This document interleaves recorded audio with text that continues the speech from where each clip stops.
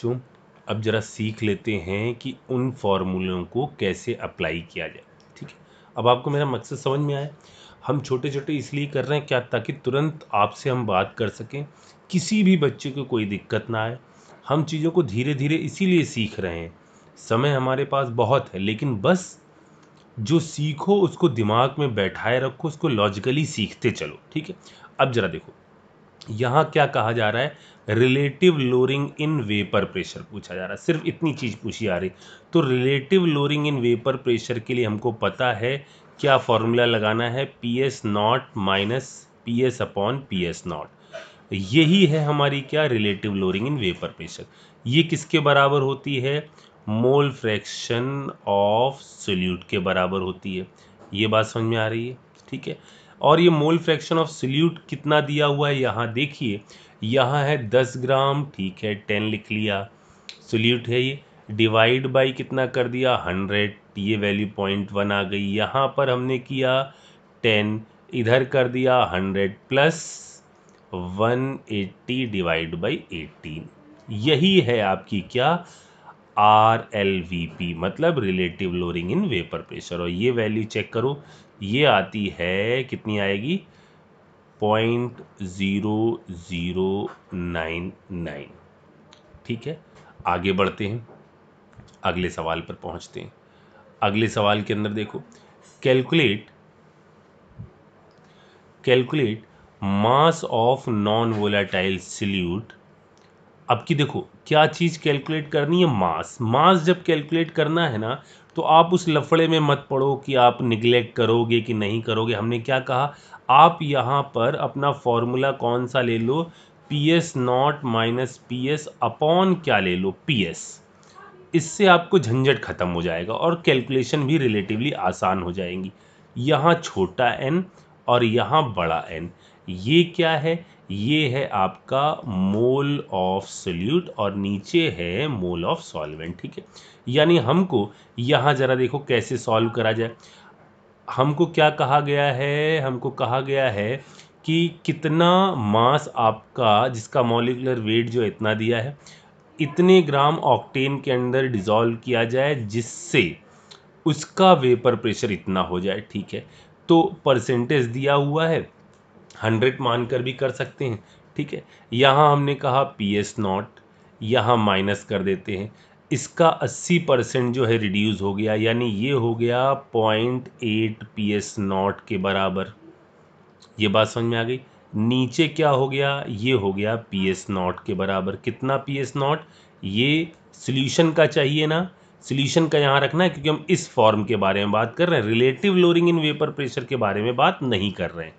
हम बात कर रहे हैं किसी चीज़ का क्या निकालने के लिए, वेट। तो जब इस चीज़ का निकालना होता है तो हम इस फॉर्मूले का यूज़ करते हैं। दिस बराबर, आपसे क्या निकालने को कहा गया, वेट निकालने को कहा गया, डिवाइड बाई मॉलिक्यूलर मास कितना दे दिया गया, 40। ठीक है, यहाँ दे दिया गया 114 ग्राम। ठीक है, डिवाइड बाई मॉलिक्यूलर वेट किसका, C8, और यहाँ क्या आ गया, एन है, मतलब CnH2n+2। तो ये इसका मॉलिक्यूलर वेट कैलकुलेट करो, 96, और ये आ गया +18, यानी ये वैल्यू आ रही है, तो बहुत बढ़िया, 114, यानी ये आ गया 114।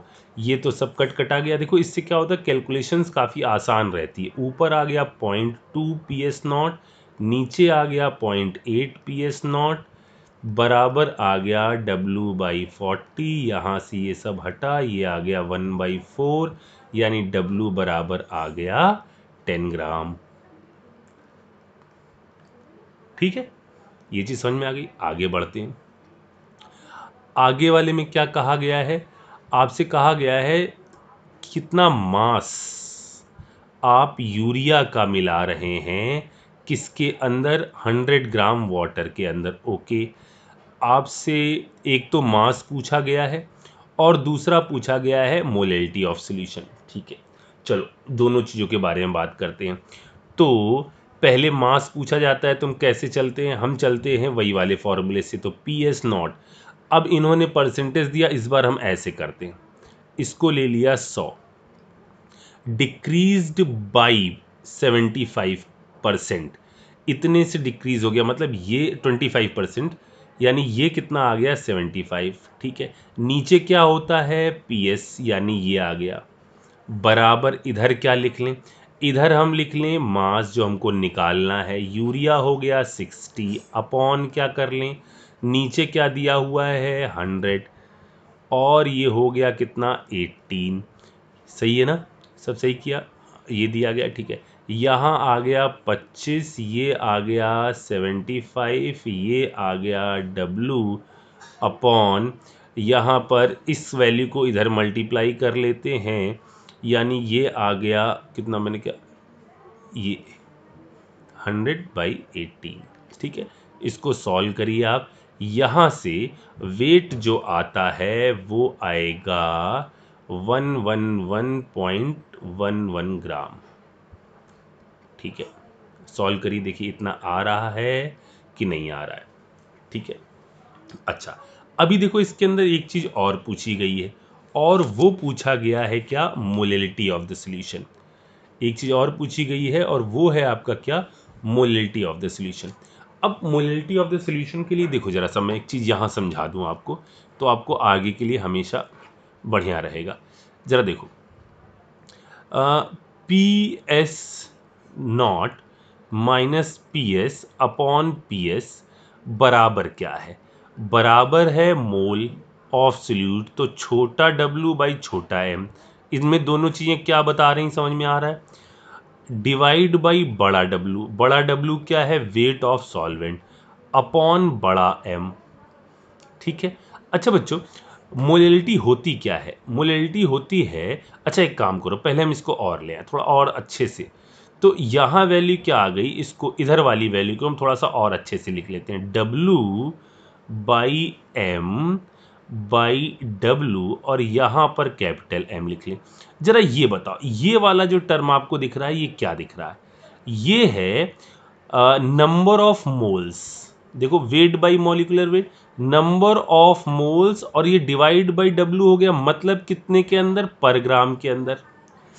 अगर मैं इधर मल्टीप्लाई कर दूं 1000 से, जरा बताना, अगर मुझे यहाँ मल्टीप्लाई कर दूं मैं 1000 से, तो 1000 से मल्टीप्लाई करने पे ये पूरी बला क्या बन जाएगी, ये वाली, ये जो मैं मार्क कर रहा हूं, यही बला क्या हो जाएगी, ये हो जाएगी मोलैलिटी।